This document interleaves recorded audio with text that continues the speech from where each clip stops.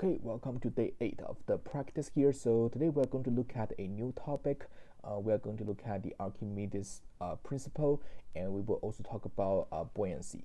So first of all, it's crucial to know the formula to calculate the buoyant force. So it's also using this formula here. So basically, the force is equal to the weight of the water, just like displaces by the object. So that's why we have this formula here, the rho multiplied by the volume and then multiplied by the g. So the rho multiplied by v is going to give you the mass of the fluids, and then the g is going to give you the weight.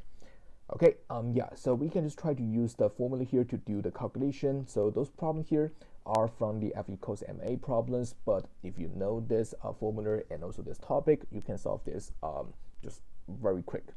Okay, so for the first one, we know an object of uniform density flows partially submerged so that 20% of the object is above the water, and a 3 Newton force presses down on the top of the object so that the object becomes fully submerged. And what is the volume of the object? So in this case, we can actually just use the 3 Newton force, because we know the 3 Newtons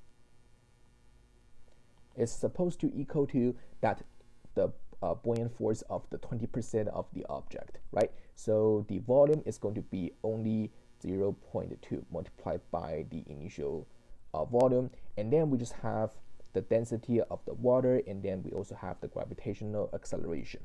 But that's it. So you can see that we know the density of the water, we also know the acceleration, so we can solve this equation for the velocity for the volume. So we have the 3 equals 0.2 multiplied by this will be 10, and then we have the rho equals 1,000 kilograms meter. This should be meter squared cubed. So we have this to be 2,000 multiplied by the volume, and the volume is equal to 3 over 2,000, which should be equal to about 0.0015 meter cubed.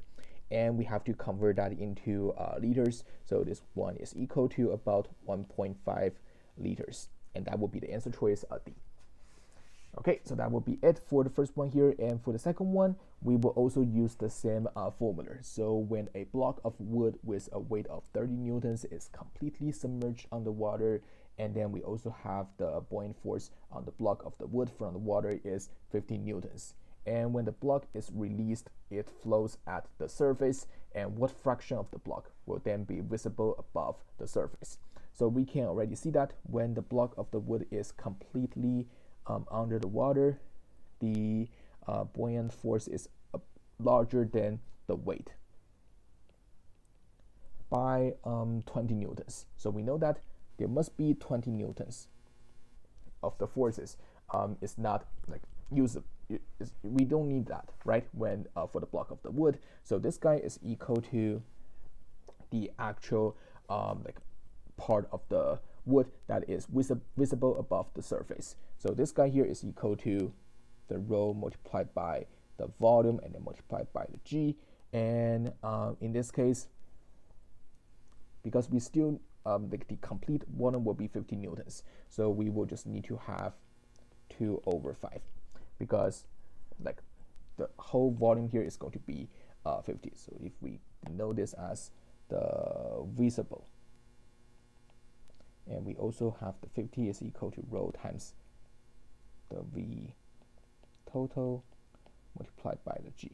Yeah, so if we can use the ratio here, we can see that this is equal to the visible multiplied by the v total. And this will also give us the 2 over 5. And that will be the correct answer.